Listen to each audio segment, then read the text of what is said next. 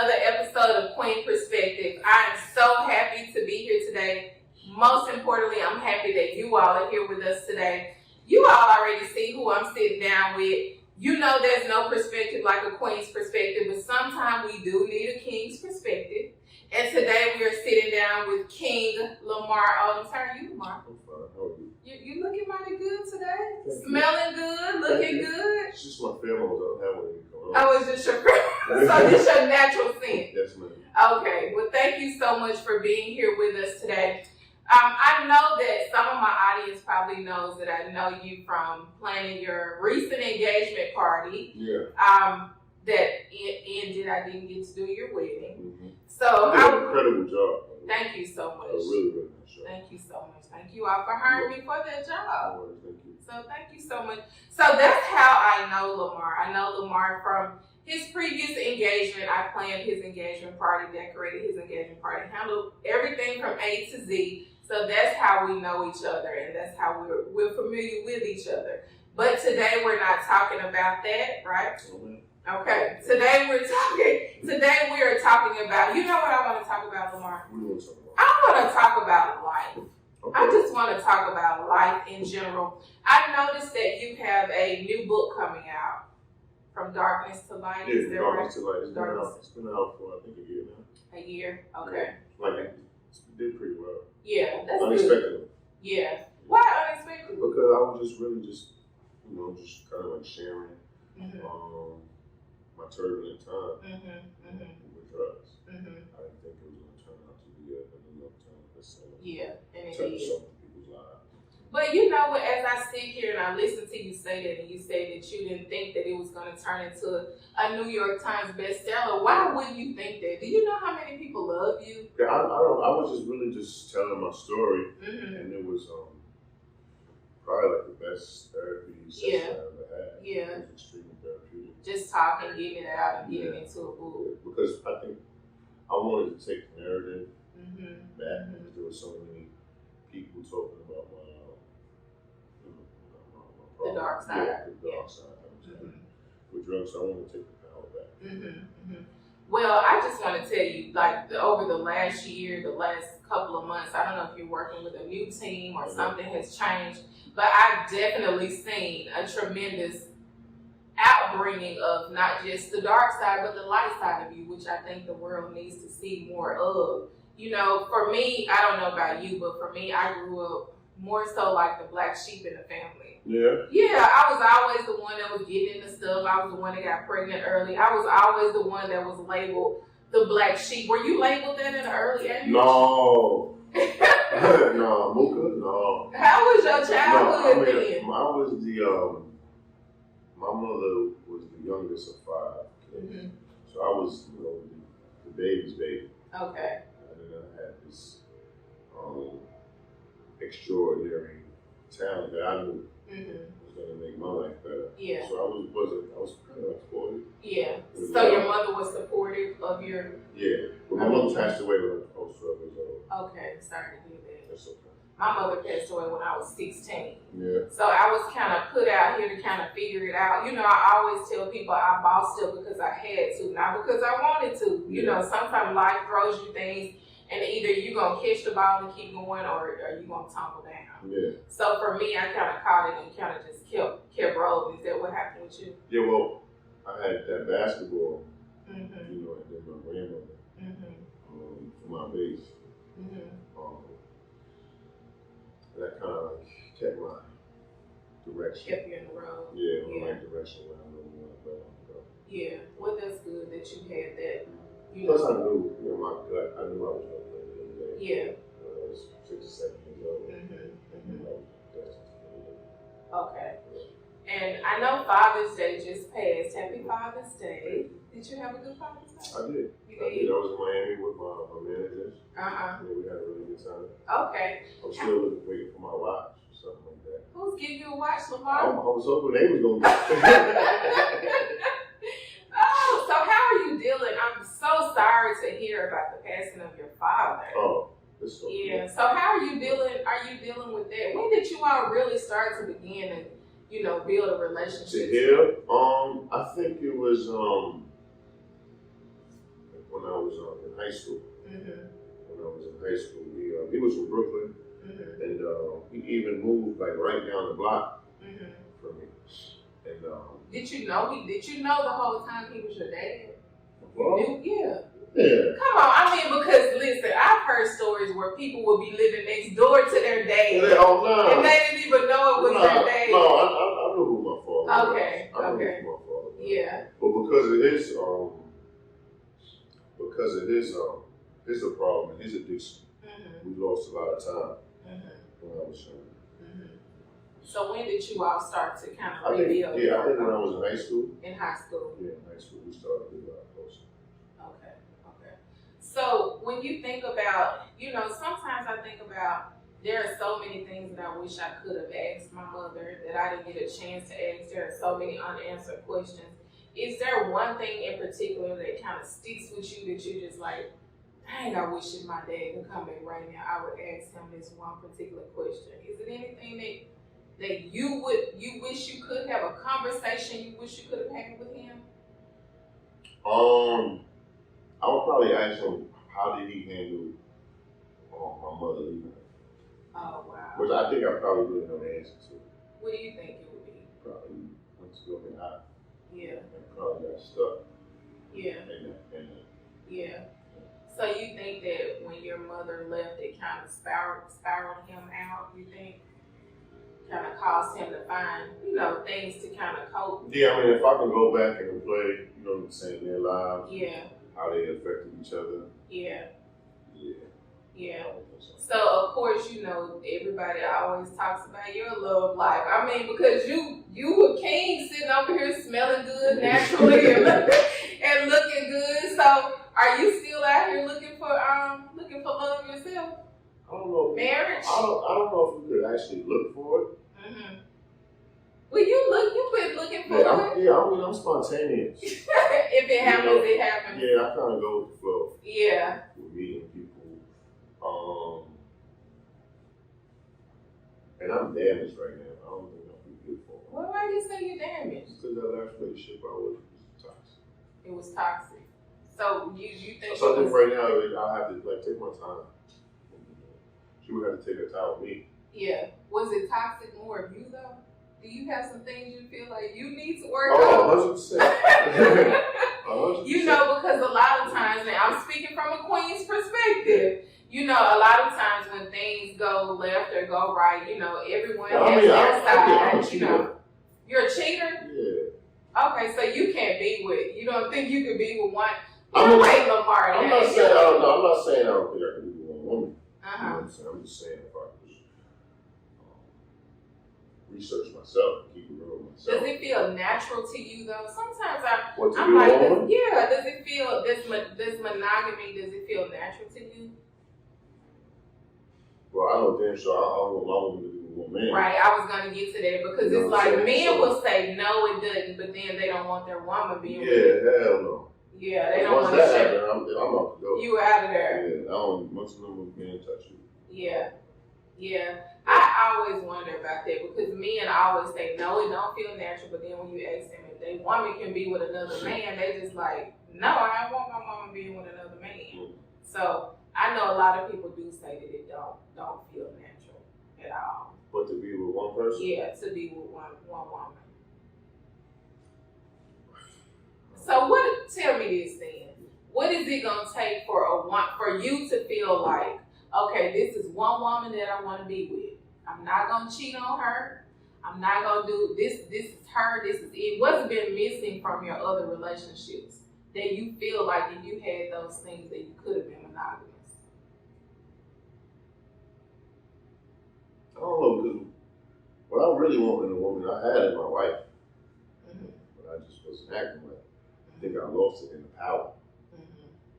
So if you could go back to your wife, would you go back? If I could be married again? Mm-hmm. To your wife, would you go back to your wife?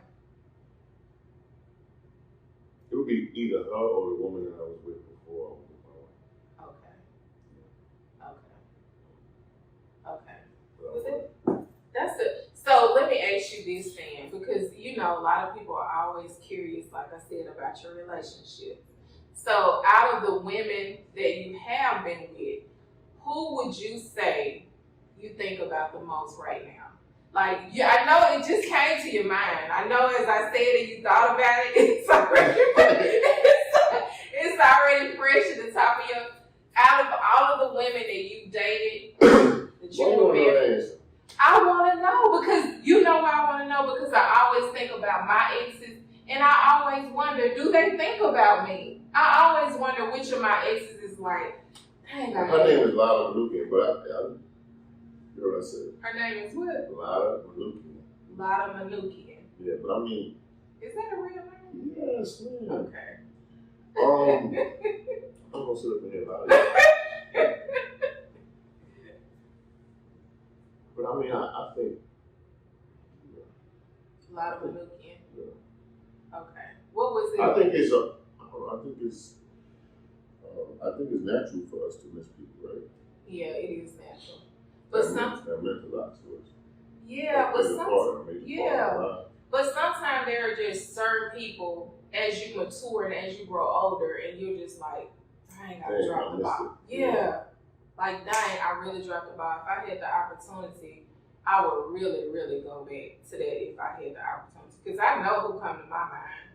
I ain't gonna say his name. Why you not gonna say his name? You gonna make me spill my beans? That ain't right. But I know who comes to my mind. There's always, one person that always comes to mind. So, yeah. But you know what? You know what I saw in the press a couple of, it was right after your fight. Congratulations on your fight, as a matter of fact. Thank you. But speaking of women, because you just said you love the ladies. Oh, ladies love me. You ladies love you, obviously so. But I saw that Wendy Williams. What's going on with you and Wendy Williams? Because I saw Wendy Williams. She posted and she said after the fight you came up to her room. Yeah, she's so crazy. She said you came up to her room, Lamar. I was standing over her bed or something. Standing over her, and she said that you were pressing to take a shower. What was that about? No, I was pressing to take a shower after the fight. I just happened to fight. It's too bad that she kind of wrote it like that, making it seem like I was pressing to take a shower with her. Yeah. So what's going on? Anything going with you and Wendy? No, man. Well, Wendy looking for a man. You out here. Hopefully she ain't looking over here. She don't get no play over here. Now, Wendy's like a big sister to me. Yeah. I saw that and I said, what does she mean? He was pressing for a child. Like, yeah, what you trying to say? I just fought. Yeah, I was like, what is Wendy trying to say? So, okay. Yeah, it's too bad she was playing. The verbiage on that was wrong. Yeah. You know what I mean? Yeah. Kind of play on the words. Yeah, it was slick. Yeah. Well, I can see, like I said, why the ladies, I can see if Wendy was pushing up on you or whatever. I can see why, because I don't know if it's coming off on the camera, but your charisma and your charm is very overwhelming. So I can see how you can have not just one woman, but two women, three women, get yourself in trouble. I mean, and this is Atlanta. You know what I mean? So, yeah. So it's easy here. I mean, it's like 25-1. Yeah. And I mean, you are Lamar Odom. You realize that, right? Just besides that, it's 25-1. That you're a handsome dude, or you got something about yourself. You got something going for yourself. Yeah. Yeah. Well, we know that you are available, so I mean, you out there. Let me ask you this. I have always wondered this, and I've always wanted to ask you this. When the news came down about Kobe, where were you when you first got the news, and how did you hear about it? I think I was here in Atlanta, and I think it was just like being on the iPhone. And that's how you saw it, just on the phone? Yeah, I thought it was like a sick media prank. Yeah. And how did you feel? Were you like, oh, let me find out if this is real? Yeah, I had to get confirmation on it, and then it's just like, I just lost a brother. And I never had any brother. I never had a brother. So when Kobe passed away, I knew how it felt to lose a brother. So is that something that you still deal with today? I mean, I've dealt with shit, excuse my language, yeah.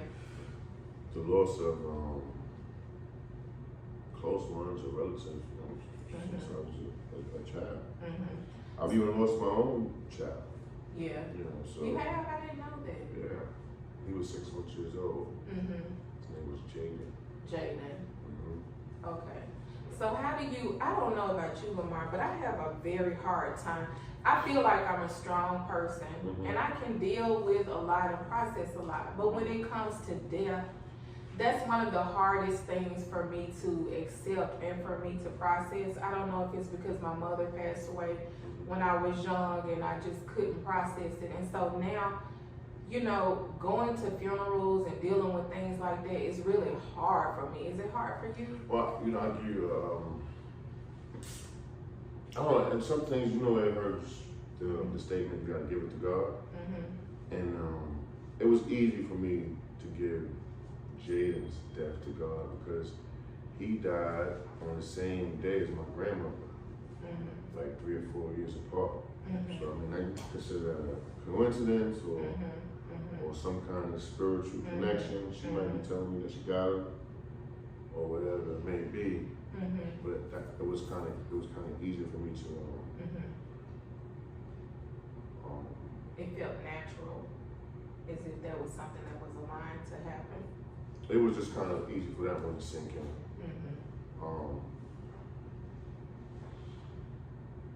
So what happened to your baby? Oh, he died from SIDS. Okay. Sudden death, So you get the death certificate, and it says, what does it say? No, there's no answer, basically. They don't have an answer for it. So God took him, I guess. Was that your very first tragedy that you ever dealt with? Your very first loss? No, my mother. Yeah. 1992. My mother, and then my grandmother in 2001. And then your child. Yeah. Yeah. Life is just, I tell people life is just so fickle. 1 minute, you'll be up, and the next minute, life just hits you with something, and you just never really know which direction life is going to take you. Most of the thin line between life and death. It's a very thin line, and I don't know about other people, but for me and in my family, there are people, close friends and family, that have struggled, with addictions. Yeah. And for some reason, I've never done anything. I barely even drink. But I've always been able to understand how people can cross that line, because some of the things that I've dealt with and some of the things that I've gone through, other people may not be able to deal with it and go through the way that I've gone through it.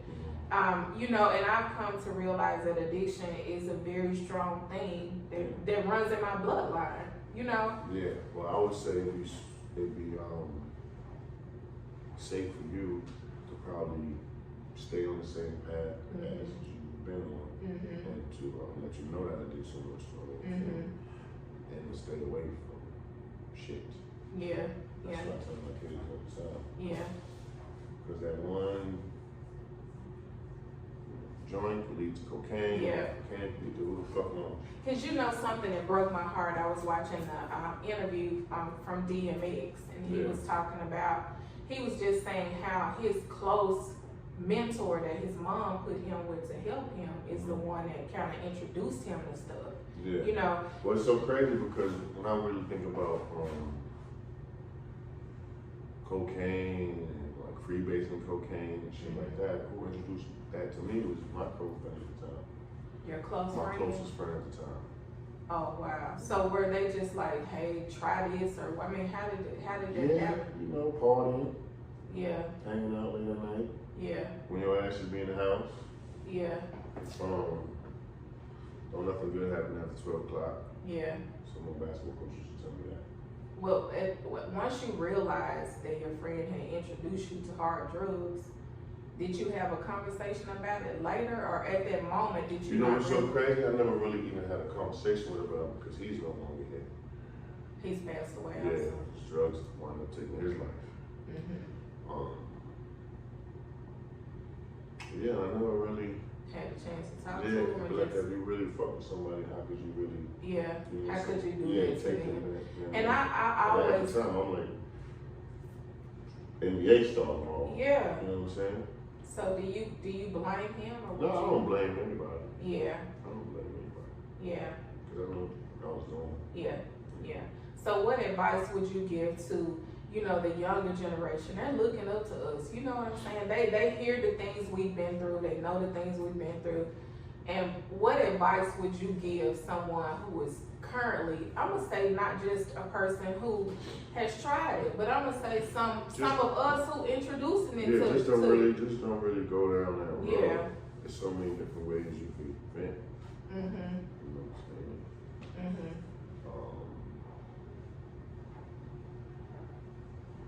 So many different ways you can vent Yeah. nowadays. Yeah. Or escape. Yeah. What are some outlets for you now, though? You meditate. Mm-hmm. Are you a very spiritual person, though? Yeah, You believe in God? I do. Okay. What encounter did you have that made you say, you know what? Well, no, God, it wasn't. God I don't think. Oh, it wasn't an no, encounter. it was. I was, to be honest with you, I was 6 years old. Mm-hmm. I'll tell you a quick story about myself, about my life. Mm-hmm. I was 6 years old, and my mother had got one of her first cousin Mm-hmm. to move from the Bronx, New York, which is like the toughest borough Mm-hmm. in New York. New York has 5 boroughs. Mm-hmm. Bronx being one of them. She moved from the Bronx to Queens to come live near us, and she wound up passing away. And at the time, my grandfather was really sick, and he had a hospital bed in my grandmother's room. And remember I told you her name was Carla, and I would sleep in my grandfather's hospital bed. You would sleep in the hospital? Yeah. One night, I'm sleeping. I woke up, and I woke up and I seen Carla. She was like standing over my grandmother. Remember I told you she was dead. And I didn't get scared or anything like that.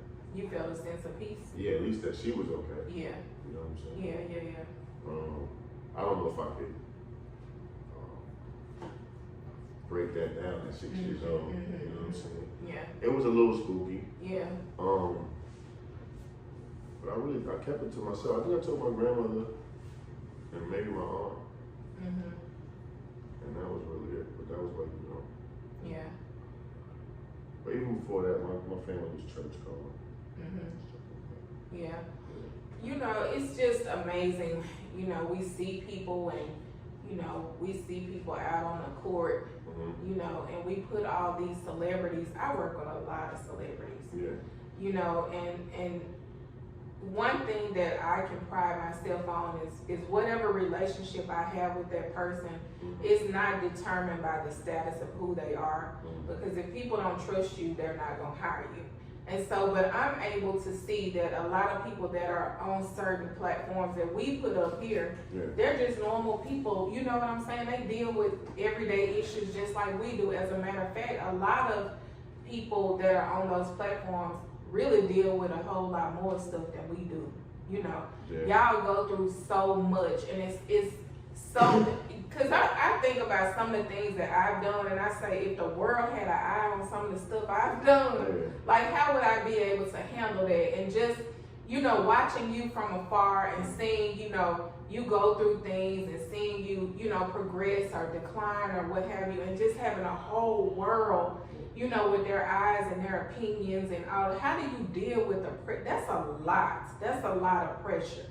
So how do you deal, you know? You know, I can't even give you answers to that because I don't know how long I've just been dealing with it. Yeah. You know what I mean? Yeah. So it's just like everyday life. Yeah. Do you deal with anxiety or depression? Have you ever dealt with either of the two? Yeah, the hardest thing about dealing with depression is not knowing that you're depressed. Yeah. Yeah. You know? It's like when the light bulb comes back on, that's when you realize how dark you were. Yeah, Or was because it you different? don't know the medicine that you need to take. Not pills or anything like that. I just need the steps to get better. To get better. Yeah. Whether it's a vacation, time off work, yeah, you know what I mean? Time just with your family, time with your kids, to beat depression. Because I think to beat depression, the easiest way to beat it is not to be around people that are depressed. Right. Because if you're going through some shit, the last thing you need is somebody to always be telling you about the shit they going through. That's true. Right? You need somebody that somebody that can talk positivity. that cup half full. Yeah. Or somebody that's been through it and can help you, talk your way through it. Because it's just like a toxic friendship or love relationship, and both of y'all are toxic. They say you are the company that you keep. You are the company that you keep. So if both of y'all ain't got nothing but negativity to feed it, Facts. So who would you say is the most influential and positive person in your life right now? Oh man, my children, my management team. But you can't talk to your children about, some stuff you can't. I would say probably my management team. Okay. I was about to say something about my team. I ain't gonna say it. What were you gonna say? It was just a private joke between Are they like family to you, your management team? Yeah. Keep it real. I would say honestly, I would say that's probably what I miss most about my father. Because that was the one relationship, because of what he been through and what I've been through, we was on the same page and shit. It was like a non-judgmental relationship. You know what I mean? And I don't think I probably won't ever get that again. So the management team that you have now, is that a new management team? Is that a new I've been working with them relationship? since like December. So how's that going? It's going good. It's going good. Yeah, they got me on the right track. Have you found, like in this industry, have you found that even with management companies and PR, have you had people to just look at you like a sack of money and they just, you just felt like they were there because I'll be honest with you, I don't even mind that. As long as you're gonna split it with me.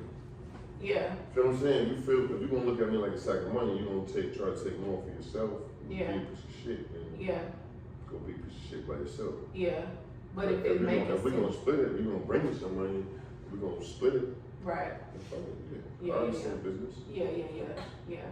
But it's so long as it's a give take. Not just a every take. relationship is a give take. Not just a take. What's your biggest fear, Lamar? What's one thing you just like, you know what? Some people say death. It ain't death, because I beat that. What's your biggest fear? Being broke. That's your biggest fear? That and dying and not having a good name with my kids. And I would say that and being broke. Okay. If being broke means you broke, that means you don't have $1 in your pocket and don't have any ways to make money. You know what I'm saying? You can take every dollar from my pocket right now, but I'm gonna have a way to still get it. So I can never be broke. You know what I mean? So how is your relationship with your kids now? It's good, it's growing. Because of my extracurricular activities in my career, I'm spending time with them too. But working all we can. I know I've seen a couple of interviews where, some baby mamas had, some things to say. How do you it's just hard because I have an ex-husband as well that I have kids with. Me and him don't necessarily see eye to eye on a personal level. And sometimes the kids would, my children are of age now. But sometimes the kids would be the one that would come into taking the blunt of everything. That's where all of the pain and hurt will fall off on the kids. So how do you deal with, managing? Really, I just gotta just be honest with them as possible. At this age, my daughter is 22, and my son is 19. And I think, me being transparent with things possible. When you say transparent Just about honest about everything. The time I missed, why, what I was doing, why they mother might hate me, shit like that. Yeah. So if it's one thing that you could change right now about you, if you could just snap your finger and it would be changed, what would it be? Let me tell you what mine would be. If I could snap my fingers and change one thing about me, it would be that I could learn how to be not as, I don't know if assertive is the word, but I would say I would be more confrontational. You would be more confrontational? Yeah. So you feel like you're too lax? Yeah. Passive? What would you want to be able to confront? Because you done said you confronted a lot. Why wouldn't just people in general. You want when you got a question to ask, if you think it's gonna rub somebody the wrong way, just ask See, it anyway. that's me, and that's what I wanna. That's the part that I would wanna change. But you ask the question anyway. Yeah, I'm more of a upfront because. Oh, you too upfront. I'm too, because I just want to get down. Let's talk about it. You know what I'm saying? It's no sense of us pretending that we don't need to talk about these. Let's just go ahead and put it out there and talk about it and move on. Yeah. You know, but the guys that I've typically dated, they're more of, I don't want to talk about it. They hide. Yeah, they more so like, nah, we'll talk about it later. You know, they're more passive like you, which I think a lot of but people yeah, are and passive but that one really good. That never really got me anymore. The passiveness. Yeah, and then sometimes when you too passive and then you do become aggressive, people are like, oh. Yeah. Oh. Yeah, because they're not used to it. Yeah. They're like, who he think he is? Maybe you just woke. Yeah. Okay, well, this has been an amazing interview. I'm so happy that you took time out. Tell us some of the things you got going on right now. Well, I'm thinking about doing another book. What else we got going on? Managers. Oh, Reborn. You don't know what you got going on, Lamar. It's a lot. It's a lot. Reborn. So what's Reborn? Reborn is a documentary about my journey with the drug. And the name of the drug is called ketamine. And ketamine is known as a party drug, but done under doctor's supervision, it can help cure PTSD, depression, and addiction. Oh, really? I suffer from all of them. Oh, wow. And it's a documentary on it. So I've been doing a tour, going on about it, and the documentary's been, we sent it, we sent it to what? To some film festivals. Hopefully it went. At some point, were you shooting a reality show? You got any reality coming up? Yeah, they just want to do a reality Because listen, show. the world is curious to know about your personal life. With my managers. The world is definitely curious about Lamar. You know, we always we always hear the surface stuff, but the world want to know. The world want to know just how when you first walked in here, you just walked out through here and went on to the bathroom. The world needs to see the fun side, the goofy side. I think what's so crazy, even though I've done reality TV before, I think the world don't even really understand it. I'm really shy. You shy? Like, my mother passed away when I was 12. And they say when you go through very traumatic at a young age, sometimes you get stuck. At that age? You think you're 12? Some parts of me. Some parts of you 12? 100%. Okay. So what about are you thinking about doing another book anytime soon? I'm thinking about what I want it to be about. You know what I want to see? Maybe my life about after the coma, maybe. Who wants to date Lamar Odom? You want to do a reality show on that? That's what I want to see. I want to see I don't think people will watch that. Why do you think people will watch that? I don't know. Like The Bachelor, but Lamar Odom? Yeah, with Lamar Odom. You don't think that would hit? You gotta bags. I think it would hit y'all. About that bag, I don't know. Yeah, I think it would hit. I'm happy to see that you have surrounded yourself with, you know, women that are pushing you to be your greatest self. You know, for most of us, that first woman is usually our mom, but like you said, she passed away at a Well, young look, give me age. my queen's perspective. That's How about good. that? Yeah, it's always good to have a queen's perspective because we know the best, we know everything. So it's good that you got some strong queens watching over you. Right. It's good. So thank you so much for this interview. Hopefully we can do it again. Yes, I'm looking forward to it. When the reality show come out, Who Wants to Date Lamar? I'm gonna be a candidate. Uh-oh.